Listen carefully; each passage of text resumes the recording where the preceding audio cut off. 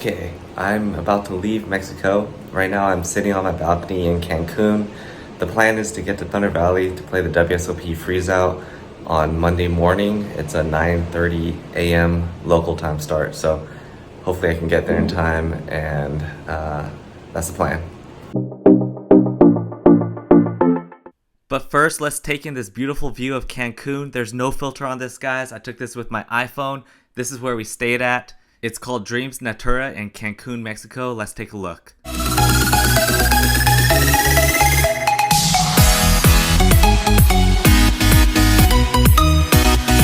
Alright, so every night they do like an event here at the resort, and tonight apparently it's casino night. As you can see, they're setting up some tables in the back right there. Let's go check it out. I don't think they're gonna have poker though, but it's kind of cool. Got some blackjack and some roulette or something. What is it? This was an all-inclusive resort. They had nightly entertainment, live music, and they set you up with all your daily activities, lots of food options. Here we are in some caves. They also took us to do a little bit of shopping as well. And they also stock your mini fridge with tequila, beer, and Mexican Coke, so I had to try it. Everyone's been telling me about it, so I don't know. Alright, so I got some Mexican Cokes here. I'm not sure what this black label is, but you can notice on the back, they actually are required to have warnings for excessive sugar, because apparently in Mexico, they use like real sugar cane or whatever compared to the US.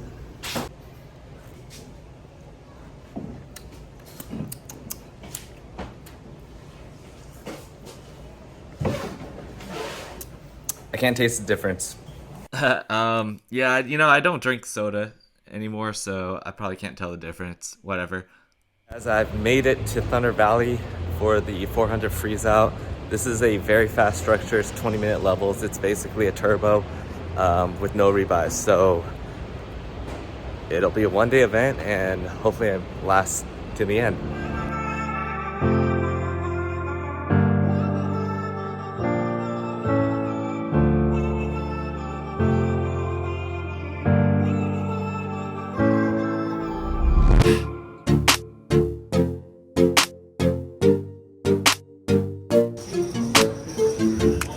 Alright, let's go. First hand, it's 100, 200, 200.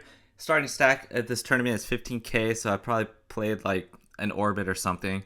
The cutoff opens to 700. I look down at 10-9 offsuit in the big blind. Of course, I'm going to defend this, so I put in the call, and we see a queen high flop. I check, and the cutoff decides to check back. So we're going to see a turn with 1.7k in the pot, and it's a 10. So I now have a pair, but I'm still a little worried about that queen.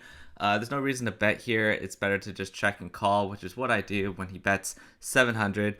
And we're going to go to a river card, which is a 5 of hearts. Not the best card, but it's also kind of a good card. A lot of times my 10 is going to be good here. So I'm just going to check call and use it as a bluff catcher. He actually checks back, and he shows ace queen of diamonds. That was a huge flop for him. He chose not to bet it for some reason.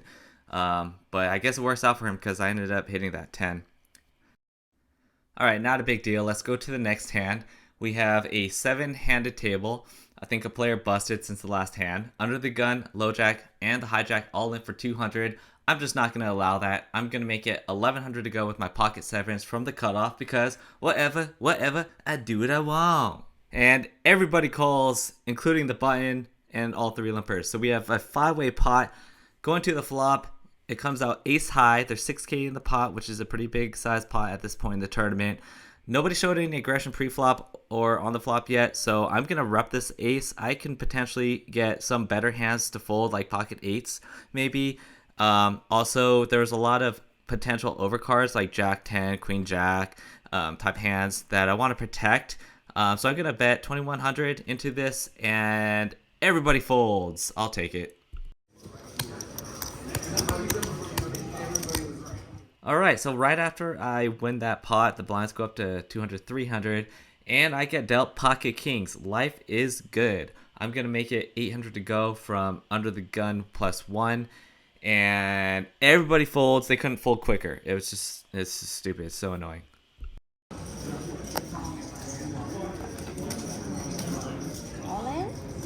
I call. Alright, so as you can hear, we have an all-in here. I raised under the gun +1 to 1k, and it folded around to the big blind who went all in for only 3,200, so it's a easy call for me, and we get it in good.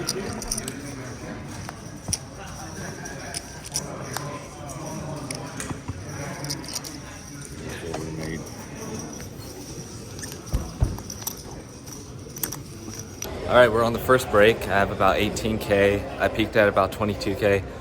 Just winning some small pots here and there.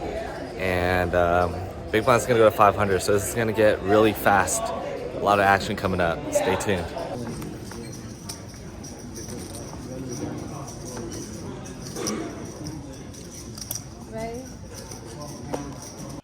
Okay, here we have an early open from under the gun to 1100. The low jack calls, and I decide to make a pretty loose call here from the small blind for 1100, and so does the big blind. So we get a pretty good flop here. I've got 2 overs and a gutter and a backdoor spade draw. It checks around.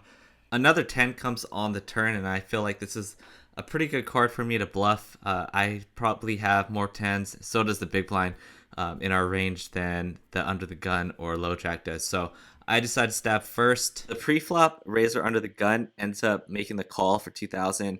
So we're gonna see a turn here. I need to hit a 9, a queen, or a jack most likely.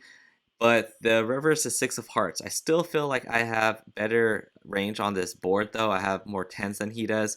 So I bet for what I think looks like a value bet, 3,500 into 8.9k.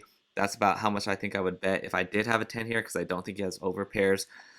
So he's really only calling me with middle pairs or like ace high, and he ends up making a fold. Probably had ace high.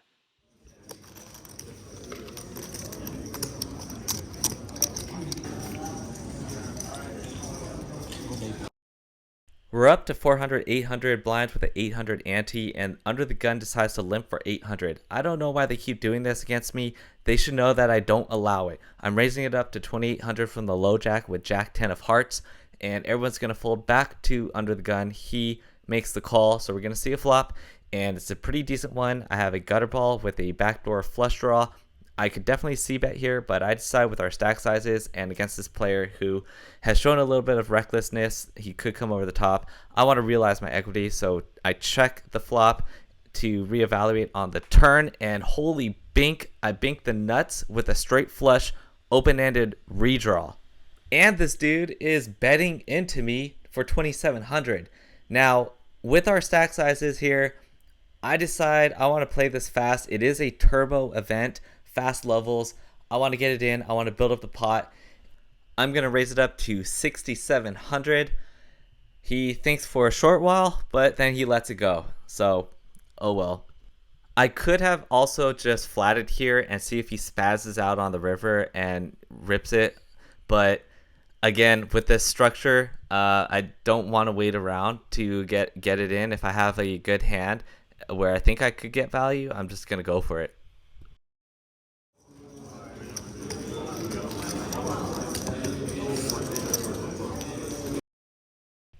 All right, let's sit back and watch this hand. It's a big one. I have pocket jacks on the button. I open to 2,200, and the big blind comes over the top, and I go all in, and he calls.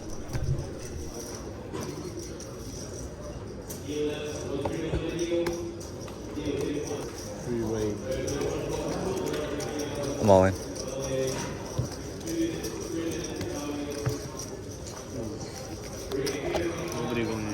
Yeah. I need a jack.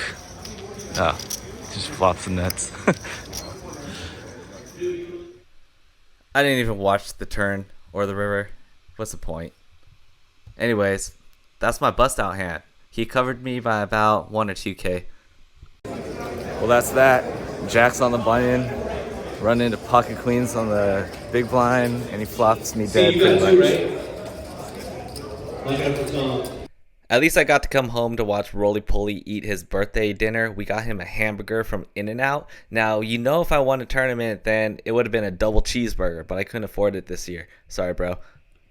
Stay tuned, guys. I got a very busy schedule coming up for the remainder of October and November and December. It's going to be insane. You're not going to want to miss it. It's going to be a lot of fun. Take care.